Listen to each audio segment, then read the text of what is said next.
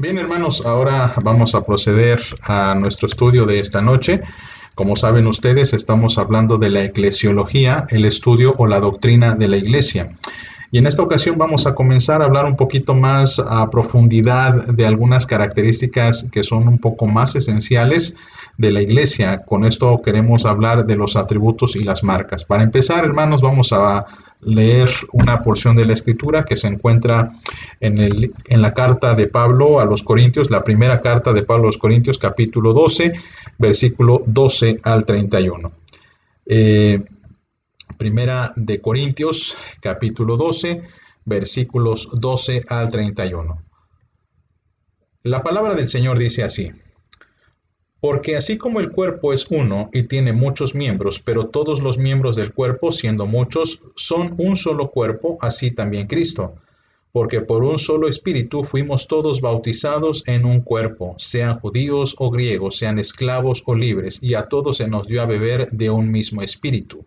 Además, el cuerpo no es solo un miembro, sino muchos. Si dijere el pie, porque no soy mano, no soy del cuerpo, por eso no será del cuerpo. Y si dijere la oreja, porque no soy ojo, no soy del cuerpo, por eso no será del cuerpo. Si todo el cuerpo fuese ojo, ¿dónde estaría el oído? Si todo fuese oído, ¿dónde estaría el olfato? Mas ahora Dios ha colocado los miembros cada uno de ellos en el cuerpo como Él quiso. Porque si todos fueran un solo miembro, ¿dónde estaría el cuerpo? Pero ahora son muchos los miembros, pero el cuerpo es uno solo. Ni el ojo puede decir a la mano, no te necesito, ni tampoco la cabeza a los pies, no tengo necesidad de vosotros. Antes bien, los miembros del cuerpo que parecen más débiles son los más necesarios. Y aquellos del cuerpo que nos parecen menos dignos, a estos vestimos más dignamente, y los que en nosotros son menos decorosos se tratan con más decoro. Porque los que en nosotros son más decorosos no tienen necesidad, pero Dios ordenó el cuerpo dando más abundante honor al que le faltaba, para que no haya desaveniencia en el cuerpo, sino que los miembros todos se preocupen los unos por los otros. De manera que si un miembro padece, todos los miembros se duelen con él. Y si un miembro recibe honra, todos los miembros con él se gozan. Vosotros, pues, sois el cuerpo de Cristo, y miembros cada uno en particular. Y aún nos puso Dios en la iglesia, primeramente apóstoles, luego profetas, lo tercero maestros, luego los que hacen milagros, después los que sanan, los que ayudan, los que administran, los que tienen don de lenguas. ¿Son todos apóstoles? ¿Son todos profetas? ¿Todos maestros? ¿Hacen todos milagros? ¿Tienen todos dones de sanidad? ¿Hablan todos lenguas? ¿Interpretan todos? Procurad pues los dones mejores, mas yo os muestro un camino aún más excelente. Hermanos, vamos a estudiar entonces, como hemos dicho, la doctrina de la iglesia, o ya la estamos estudiando de hecho. Recuerden, hermanos, que estamos siguiendo esta guía, este estudio que se llama Lo que creemos los cristianos, del doctor Gerald Niehaus, que, bueno, pues nos parece un estudio muy sencillo, muy hacia la iglesia. No es un estudio que hemos repetido muchas veces, no es un estudio demasiado erudito, demasiado escolástico, sino es más atingente a la comunidad de fe, al miembro promedio de la iglesia que no está familiarizado con conceptos muy elevados de teología. Es muy básico. Pero esto no significa que no sea profundo. Realmente Gerald Niehaus lo que hace muchas veces es profundizar en algunos conceptos porque le interesa que estos estén bien claros. Por esa razón hemos invertido casi 3 sesiones en explicar qué es la iglesia, en explicar una definición de lo que es la iglesia. Y hemos dicho constantemente en estos 3 miércoles que la iglesia en esencia es la comunión o la comunidad de los santos. Es ese lugar en donde los salvos se reúnen, donde están juntos y donde con esta dirección de parte del Señor se proponen hacer algunas cosas que Dios ha ordenado. Ahora, también hemos comentado la semana pasada acerca de cómo la iglesia es visible e invisible, cómo la iglesia es triunfante y es militante. Y estas son características muy especiales de la iglesia que no se le atribuyen a ningún otro cuerpo. Ahora bien, Cuando hablamos de la iglesia también, vamos a hablar ahora un poquito, acerca de su esencia y de su apariencia. Una cosa es hablar, digamos, de lo que es la iglesia, lo que la iglesia, digamos, es algo inconfundible de la misma. Pero también cuando hablamos de la apariencia nos referimos, por supuesto, a lo que es lo externo de la iglesia. Por ejemplo, algo muy propio de la iglesia en cuanto a su exterior es que decimos que es visible, o la iglesia es visible a través de su culto, como lo hemos dicho, a través de la evangelización, del testimonio, etc. Y por esta razón, amados, cuando hablamos de la esencia, hablamos de cosas un poco más íntimas, algo que incluso no se puede alcanzar a ver, algo que no se ve a simple vista. Por eso cuando hablamos de la esencia, hablamos de esta apariencia de la iglesia y nos referimos más bien a sus atributos. Por supuesto, cuando hablamos de la apariencia, aquí hablamos de lo que distingue a la iglesia y que son sus marcas. Aquí hay una pequeña como contradicción, quizá, porque hablamos de la esencia en cuanto a qué es lo que la iglesia tiene o es por dentro, digamos. Y la apariencia aquí es lo que la distingue en cuanto a lo que vemos en lo exterior. En lo exterior, aquí cometí un pequeño error en la diapositiva, una disculpa, pero bueno, vamos a explicarlo un poquito más a detalle para no entrar en contradicción. Y por eso lo primero que vamos a hablar, amados hermanos, es de estos atributos de la iglesia, de aquellas cosas que son la esencia de la iglesia, que no se puede ver, no se puede comprobar incluso, y ahorita vamos a ver por qué no se puede comprobar, pero de alguna forma todas estas, no voy a usar la palabra marcas porque no es correcto, pero todas estas atribuciones de la iglesia son bíblicas. Nosotros creemos que la iglesia es así, no por lo que vemos, sino por lo que leemos en la palabra de Dios. Pero antes, hermanos, vamos a orar para pedirle al Señor que nos ayude esta noche a meditar en su palabra, a poder concentrarnos en ella y que la Biblia nos diga qué es lo que debemos creer. Oramos. Dios Todopoderoso, nuevamente nos acercamos a ti, Señor. Gracias por la vida que nos das, gracias por la vida de mis hermanos que siguen estos estudios, Padre. Sabemos que no soy el más capacitado, Señor, no soy el más experto, pero Dios, a ti te ha placido, Señor, colocarnos en este lugar y te ha placido, Señor, que abordemos estos temas. Por lo tanto, Señor, ayúdanos, pon tu palabra en nuestra boca, tu palabra en nuestro corazón para que al meditar y para que al hablar haya edificación en tu iglesia. Padre, esto lo pedimos humildemente en Jesucristo. Amén.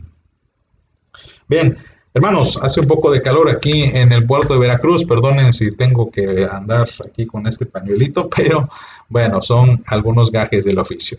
Bien, hablemos de lo que es entonces los atributos de la iglesia. Si usted tiene un himnario, y lo digo así porque la mayoría de nosotros en la iglesia tenemos la Biblia con himnario.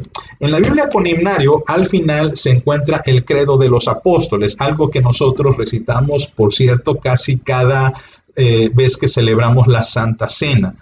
Hay un apartado casi al final, después de hablar del Hijo, del Padre y luego del Espíritu Santo, en el que en la confesión dice, creo en la iglesia. Ya hemos hablado de creo en Jesucristo, creo en el Padre, creo en el Espíritu Santo, pero dentro del credo de los apóstoles, y esto es muy interesante, dentro del credo de los apóstoles hay este apartado que habla de la iglesia como, por supuesto, la esposa del Cordero, como la comunidad de los santos, pero cuando el credo de los apóstoles define a la iglesia, dice que la iglesia es una santa, y literalmente dice católica, y después dice es única, creo que es una iglesia, es una, santa y universal. Es una, santa y universal. A veces, hermanos, y aquí trastabillé un poquito, los católicos romanos usan este credo como para defender o intentar defender lo que aparentemente, lo que ellos creen. Recuerden que ellos tienen esta creencia de que Jesucristo vino y que le dijo a Pedro, ¿sabes qué, Pedro? Tú vas a ser el Papa o tú vas a ser la roca, y que ahora a partir de entonces nace la Iglesia Católica. Bien, eso no es cierto. La Iglesia Católica, tal y como la conocemos, de hecho, es parte del siglo XVI, cuando hay esta ruptura entre la Iglesia que ahora se llama protestante o reformada y la Iglesia que acuñan o toman este nombre de católicos. Pero el credo de los apóstoles dice que la Iglesia es una, es santa y es universal. Entonces, los atributos de la Iglesia son unicidad o singularidad, y ahorita vamos a definir un poco, santidad y catolicidad. Hay personas que se llegan a confundir cuando, por ejemplo, usamos el credo de los apóstoles, digamos, original, por así decirlo. Porque la traducción exacta del credo de los apóstoles es: la Iglesia es una santa y católica. Y a veces algunos credos así llegan a aparecer. Me parece, si mal no recuerdo, que hay una pequeña como extracto o una pequeña como anexo en la Confesión de Fe de Westminster, me parece, o había, en el que ahí añadían este credo traducido del original. Bien, nosotros, o más bien dicho, algunos teólogos han interpretado ahora esto como universal, pero vamos a ir un poco más adelante para tratar acerca de este concepto de catolicidad. Pero catolicidad en el credo no se refiere a la Iglesia romana. Y para esto, hermanos, durante los siguientes minutos me gustaría que hiciéramos esta distinción. Una cosa es la Iglesia romana, mal llamada católica, tenemos que decirlo, la Iglesia romana, mal llamada católica, que tiene pues estas características: los sacerdotes, la jerarquía, la sede en Roma y más precisamente el Vaticano, el Papa. Y la Iglesia cristiana o la Iglesia pues, protestante, por así decirlo, que también tiene esta definición de católica. Pero hay obviamente sus variaciones en cuanto a concepción, y esto lo vamos a ver un poco más adelante. Pero bueno, vamos a continuar. La Iglesia, mis amados, entonces, es una, santa y universal. ¿A qué se refieren estos atributos de la Iglesia? Bien, vamos a ir por partes. Primeramente, vamos a hablar de la unicidad de la Iglesia. Cuando hablamos de la unicidad de la Iglesia, nos referimos a que la Iglesia es una y solamente una, y todas las partes de la misma están en una misma unidad. ¿Qué quiere decir esto? Bien, una de las críticas que lanza la Iglesia Católica a la Iglesia Protestante es que en la Iglesia Protestante, dicen ellos, hay muchas iglesias, refiriéndose a las denominaciones. Está la Iglesia Bautista, la Iglesia Pentecostés, la Iglesia Presbiteriana, la Iglesia Metodista. Y ellos hablan de que nosotros hemos dividido la Iglesia y hecho de la Iglesia casi un grupo según la simpatía de cada persona. Y esto, mis amados, pues es una crítica que se lanza intentando demostrar, por el otro lado, que la Iglesia romana es la verdadera, porque es única. La Iglesia católica romana, no tiene divisiones. Lo cierto, hermanos, es que esto no es así. Dentro de la misma religiosidad católica romana, pues hay muchas variantes, hay muchas, vamos a llamar, denominaciones, pero bueno, ellos obviamente no lo van a aceptar. Cuando hablamos de la unicidad de la Iglesia, no nos referimos a una unicidad en el sentido de organización, No nos referimos a que la Iglesia es una en cuanto a su organización, en cuanto a su liturgia, por ejemplo, ni tampoco en cuanto a algunos detalles o rasgos de algún tipo de enseñanzas. La Iglesia es una debido a que cree en un solo Cristo, debido a que cree en una sola palabra, que es las Sagradas Escrituras, debido a que somos salvos por la fe únicamente, debido a que también nosotros creemos, ¿verdad?, que somos bautizados en una sola vez o en un solo bautizo. Y bueno, tenemos un solo Señor, tenemos un solo Dios. Si usted se dio cuenta, estas son las referencias a las 5 solas de la Iglesia protestante, ¿verdad? Sola fe, sola gracia, sola escritura, solo Cristo y solo a Dios la gloria. Creemos entonces que en eso se basa la unicidad de la iglesia, no en en la organización, perdonen, no en la organización, sino en el sentido. Por esa razón, dije hace un momento, amados hermanos, que estos atributos a veces no son palpables, no son visibles, porque en apariencia, en lo que vemos en lo exterior, en lo externo, podremos decir, no, es que la iglesia ni siquiera se parece, hay muchas iglesias. Bueno, en lo externo sí puede ser, pero esto forma parte de la esencia de la iglesia, de una característica tan espiritual que trasciende los sentidos humanos. Y de esto nos va a hablar varios textos de la palabra del Señor. Comencemos, por ejemplo, citando Primera de Corintios capítulo 12, versículo 12, dice, porque así como el cuerpo es uno y tiene muchos miembros, pero todos los miembros del cuerpo, siendo muchos, son un solo cuerpo, así también Cristo. Leemos también Efesios capítulo 2, versículo 16. Y mediante la cruz reconciliar con Dios a ambos en un solo cuerpo, matando en ella a las enemistades. Aquí tenemos, mis amados, una gran referencia para saber que Dios está obrando para unir prácticamente a los pueblos. Tenemos, por supuesto, otra palabra, Primera de Pedro 2, versículo 5, dice, vosotros también, como piedras vivas, sed edificados como casa espiritual y sacerdocio santo para ofrecer sacrificios espirituales aceptables a Dios por medio de Jesucristo. Tenemos pues, hermanos, estos textos y hay muchos otros, hay más versículos en el que se marca una y otra vez que la iglesia es una. No hay muchas iglesias, no hay esta idea de que tengamos diferentes organizaciones o tengamos diferentes dioses, por ejemplo, sino respondemos a un solo Dios. Aunque por supuesto tenemos diferentes formas de pensar en algunos sentidos. Es importante, hermanos, por tanto, esto.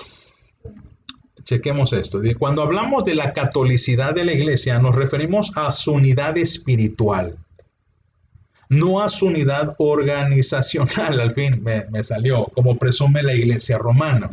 La iglesia romana presume de que la iglesia está unida o es una debido a su organización, debido a su jerarquía. Ellos, por supuesto, responden a los cardenales, o se organizan así en cardenales y, por supuesto, le responden al Papa, le responden a una sola persona. En eso, ellos basan lo que fuese o lo que es su unicidad. Ahora, nosotros como reformados protestantes no pensamos así. Nosotros pensamos que la iglesia es una porque los miembros de la iglesia o de la misma participan de la misma fe, el mismo amor, la misma esperanza, la misma adoración al mismo Dios, la misma cabeza que es Cristo. Los protestantes no tenemos un papa, no tenemos un líder que nos una, digamos, sino que el único al que le rendimos la honra, la gloria, el poder, el honor es Jesucristo. Él es al que nosotros o en el que nosotros basamos nuestra fe. Y no hay ningún otro Dios en el que podamos ser salvos, dice la palabra de nuestro Dios. Por eso, amados hermanos, cuando hablamos de unicidad, nuevamente, y esto lo quiero refrendar, cuando hablamos de unicidad, hermanos, no nos referimos a una organización, nos referimos a un sentido místico, espiritual, que tiene el aval de el Señor. Y que por supuesto esto se basa más en la palabra, no en lo que nosotros pensamos o defendemos. Y de allí nos saltamos a la otra definición, a la otra, el otro atributo de la iglesia. ¿Qué es el otro atributo? Es una, es santa. Bien, hablamos aquí de la santidad de la iglesia, algo que en apariencia no se puede demostrar, es decir, Por ejemplo, me llama la atención cuando Pablo escribe a los corintios y les dice a los santificados.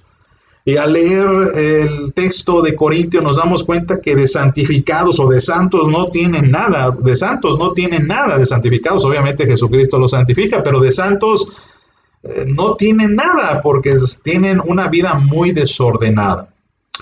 Pero la Biblia dice, mis amados hermanos, que la iglesia de Jesucristo es santa no tanto por lo que hace, sino por lo que Cristo ha hecho en nosotros, por lo que Cristo ha hecho en nuestra vida. Por eso, aunque la santidad sea menos palpable, creemos que la santidad de la iglesia es una realidad porque la Biblia así lo dice, no porque nosotros así lo digamos, no porque nosotros así lo defendamos. A veces criticamos a la iglesia, ¿cierto? A veces pensamos que la iglesia, igual como pensábamos de los corintios, de la iglesia no tiene nada de santa, la iglesia se ha contaminado, la iglesia tiene muchos errores, la iglesia tiene muchos pecados y tristemente esto ha sido cierto. Pero esto no elimina la obra de Jesucristo en nosotros, eso no elimina lo que Cristo ha hecho por nosotros. Y pasajes bíblicos acerca de la santidad de la iglesia hay muchísimos. Hablamos, por ejemplo, de Efesios capítulo 1, versículos 1 al 2, que dice: Pablo, apóstol de Jesucristo por la voluntad de Dios, a los santos y fieles en Cristo Jesús que están en Éfeso. Gracia y paz a vosotros, de Dios nuestro Padre y del Señor Jesucristo. Aquí tenemos otra vez a los santos. Pablo les escribe a los efesios, a los santos. También tenemos esta otra referencia, Primera de Pedro, capítulo 2, versículo número 9, que es un pasaje muy popular. Mas vosotros sois linaje escogido, real sacerdocio, nación santa, pueblo adquirido por Dios, para que anunciéis las virtudes de aquel que os llamó de las tinieblas a su luz admirable. Gloria a Dios, porque esto nos demuestra, mis amados, lo que ya habíamos visto en estudios anteriores, que si fuera por nosotros mismos, amados hermanos, pues nosotros no podríamos acercarnos al Señor, sino porque fue por gracia y amor de Jesucristo que nosotros fuimos santificados para acudir a su presencia, acudir a su trono y hallar oportuno socorro, como dice Hebreos. También citamos, hermanos, Primera de Corintios, capítulo 6, versículo 11, dice: y estos eran algunos, mas ya habéis sido lavados, ya habéis sido santificados, ya habéis sido justificados en el nombre del Señor Jesús y por el Espíritu de nuestro Dios. Hay muchos otros versículos, hermanos, hay muchos otros textos, pero vamos a quedarnos con esto. Ahora bien, cuando hablamos de la santidad de la iglesia, indudablemente vamos a enfrentarnos al concepto romano de esta marca, de este atributo. Los romanos piensan de la siguiente manera: ellos creen o ellos piensan que la santidad de la iglesia radica no tanto en su esencia, en su interior, sino radica más bien en el ritual, en lo externo. Y por cierto, que ellos creen tanto en eso, en el ritual, en lo exterior, en el que tienes que recibir una ayuda incluso externa, pero no precisamente de Dios, y por esta razón la Iglesia Católica Romana venera o tiene esta veneración a los santos. Ellos creen que ellos son los únicos santos. Ellos creen que un santo puede interceder por ti, puede ayudarte a interceder ante Dios. La Biblia obviamente no dice nada de esto, pero el catolicismo romano cree de esta manera.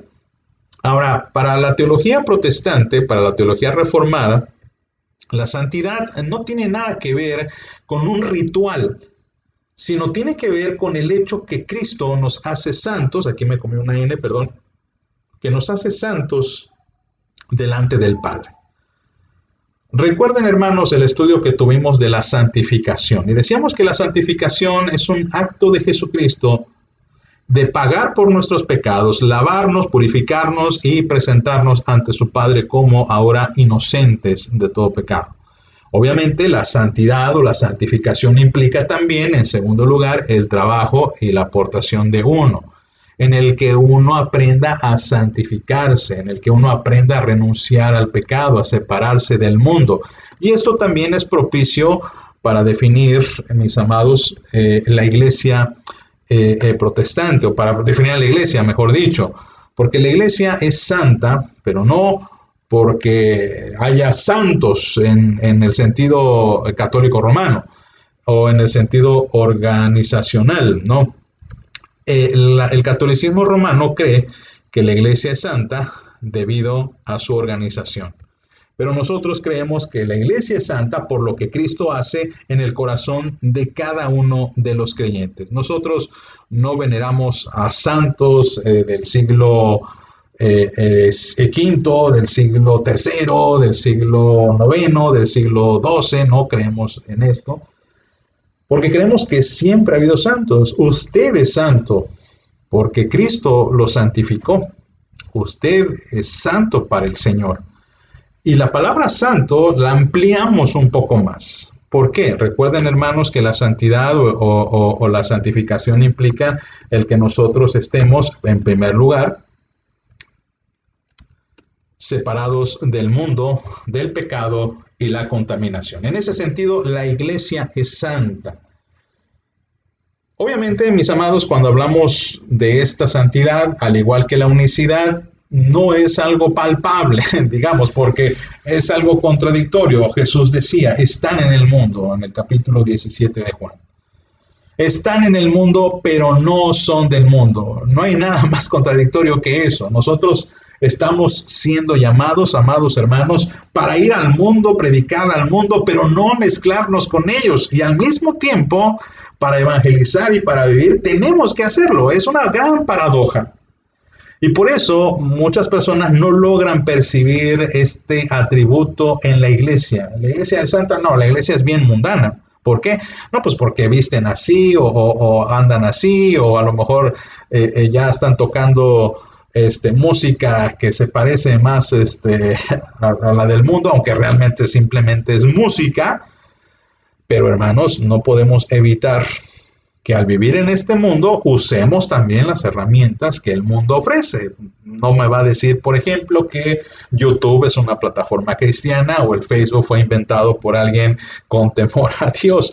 Pero usamos estos recursos para la gloria de nuestro Señor Jesucristo porque creemos que la santidad radica en el interior, no tanto en lo que la gente ve en lo exterior, no tanto en lo que la gente ve. Y por esa razón nosotros creemos que solamente separados del mundo en el sentido de que no nos dejemos influenciar moralmente por este mundo y que no nos dejemos influenciar pecaminosamente por este mundo. Por eso la iglesia se conserva santa, porque también la iglesia, mis amados, está consagrada a Dios. Volvemos a resaltar el primer atributo de la unicidad. Nosotros estamos siempre para nuestro Dios. Nosotros no adoramos a ninguna otra imagen, no adoramos a ningún otro ser, adoramos a Dios y solamente para Él vivimos, solamente para Él hacemos todo. El apóstol Pablo decía, si morimos o si vivimos, es para nuestro Dios, solo a Dios la gloria. Pero también la iglesia es santa en cuanto a su sentido ético. La iglesia tiene una ética y persigue una ética siempre. La ética, como ustedes saben, es la forma de actuar de la iglesia. Y la iglesia cumple lo que es la voluntad de Dios. En ese sentido, hermanos, aunque parezca también paradójico y contradictorio, la iglesia no hace lo que quiere. La iglesia no está llamada a que se organice con base a sus propios ideales, sino la iglesia está llamada a perseguir siempre la voluntad de Dios. ¿Cuál es la voluntad de Dios? Pues la voluntad de Dios que está en su palabra, por lo menos podemos decir algunas pocas cosas. Por ejemplo, la voluntad de Dios es que amemos a Dios. La voluntad de Dios es que amemos a nuestro prójimo. La voluntad de Dios es que vayamos y prediquemos el evangelio. La voluntad de Dios es que vivamos santificados. Entonces, la iglesia tiene muy marcado lo que tiene que hacer. Y la iglesia también se distingue en eso, en el ser, pero también en el hacer.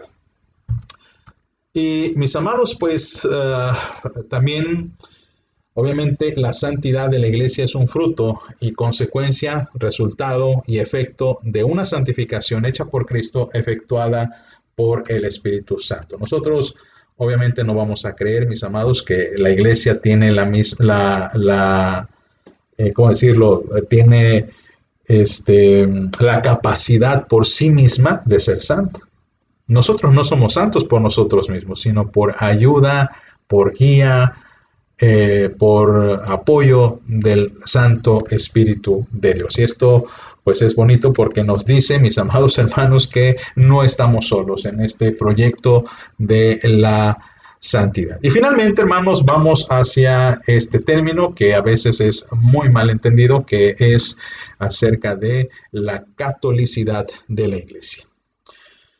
Cuando hablamos de catolicidad, mis amados, tenemos que irnos a la definición de lo que es la palabra católico. La palabra católico significa universal.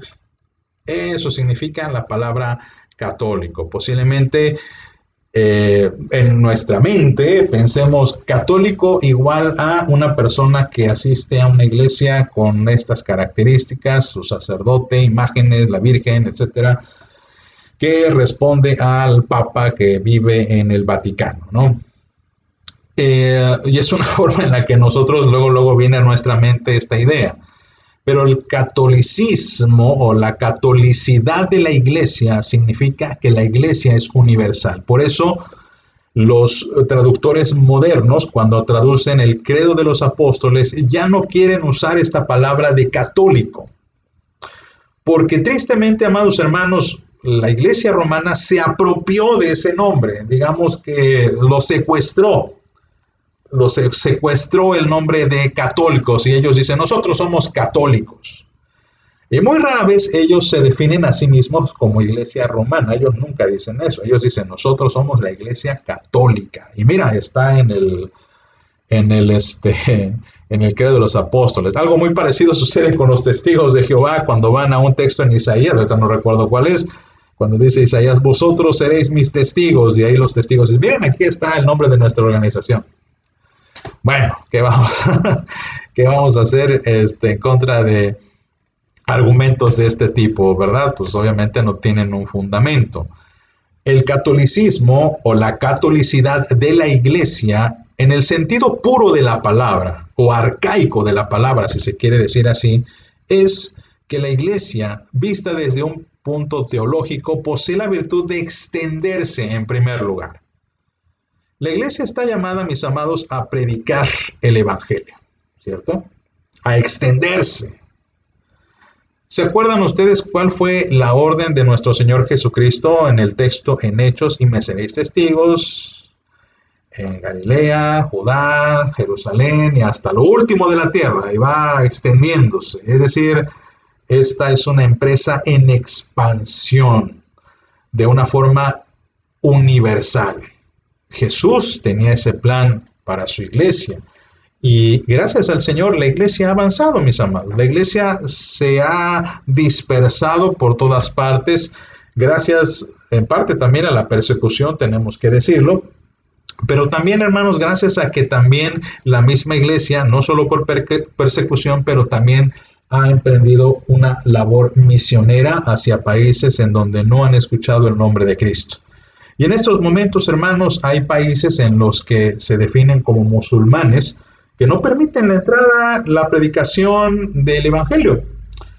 Estos países musulmanes condenan a todo tipo de religión que obviamente no sea musulmana. Entonces, en esos lugares están llegando misioneros cristianos, para la gloria de Dios, predicando el evangelio, repartiendo Biblias, repartiendo Nuevos Testamentos, repartiendo la palabra del Señor. Gloria a Dios, porque la iglesia se sigue extendiendo. Cada vez que bautizamos o que en la iglesia hay bautizos, Dios está allí refrendando su promesa que la iglesia va a expandirse. Pero también cuando hablamos de la catolicidad de la iglesia o hablamos de la universalidad de la iglesia, nos referimos también a que la iglesia está integrada por toda clase de personas, por todas las razas, lenguas, naciones y pueblos. no es la iglesia, digamos, de un solo componente étnico. La iglesia no consiste solamente en gente blanca, por ejemplo, o en gente morena, por ejemplo. No consiste en gente judía, por ejemplo, en gente europea, latina. Y también la iglesia no se compone solamente de ricos o de pobres o de gente de clase media. La iglesia puede integrar a toda persona, toda clase de individuo. Y tenemos, por supuesto, algunos textos que nos ayudan a determinar esto. Dice el texto bíblico en Apocalipsis 5:9, dice, y cantaban un nuevo cántico diciendo, digno eres de tomar el libro y de abrir sus sellos, porque tú fuiste inmolado, y con tu sangre nos has redimido para Dios de todo linaje y lengua y pueblo y nación. Otro texto, mis amados, Jeremías 16:19, dice, oh Jehová, fortaleza mía y fuerza mía y refugio mío en el tiempo de la aflicción. A ti vendrán naciones desde los extremos de la tierra y dirán, ciertamente mentira, poseyeron nuestros padres vanidad y no hay en ellos provecho. Dice aquí, vendrán naciones desde los extremos de la tierra. Y esta es la idea de la universalidad de la iglesia, de la catolicidad de la iglesia. La iglesia no está compuesta en un solo lugar. Ahora, aquí también, por supuesto, tenemos que hablar del concepto romano. El concepto romano establece que la catolicidad de la iglesia, o que la iglesia es católica, siguiendo este patrón de que está en todas partes, pero que está representada, de hecho, en todas partes. En ese sentido, nuevamente acuden a este término de la organización de la iglesia, a su jerarquía que está diseminada por todo el mundo, y del mismo modo que como iglesia visible, porque recuerden que ellos no creen en la iglesia invisible, sino solamente en la visible, tiene un lugar geográfico de localización, que es, por supuesto, el Vaticano. Obviamente no creo que sea necesario decirlo, pero usted sabe, ¿verdad?, que el Vaticano tiene su propia moneda, tiene su propia ley, tiene su propio territorio, es decir, a usted al entrar al Vaticano está entrando en otro país, esencialmente. Y tiene su propia banca, son multimillonarios, obviamente, y en eso ellos creen que defienden esta postura de que son la única iglesia católica. Pero bueno, eso es lo que piensan ellos. Nosotros, aunque ya lo hemos dicho, pero quiero subrayarlo, mis amados, la iglesia reformada cree que es católica por, primero, su labor evangelizador, en el que el evangelio también es para todos los hombres y todos los hombres tienen la posibilidad de integrar la iglesia. Hermanos, como dije hace un momento, en la iglesia usted puede encontrar personas de todo tipo para gloria de Dios.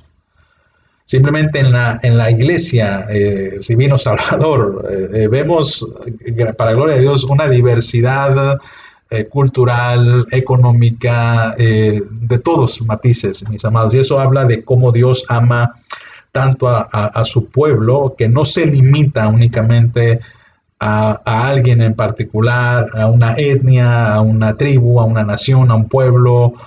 El amor de Dios es muy grande. El amor de Dios no alcanza a veces a comprenderse. Y amados, pues eso sería lo que es la catolicidad de la iglesia. Estamos hablando de las marcas de la iglesia, los atributos, los atributos de la iglesia.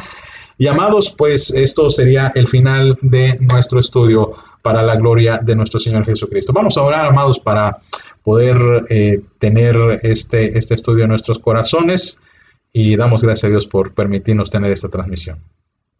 Amados.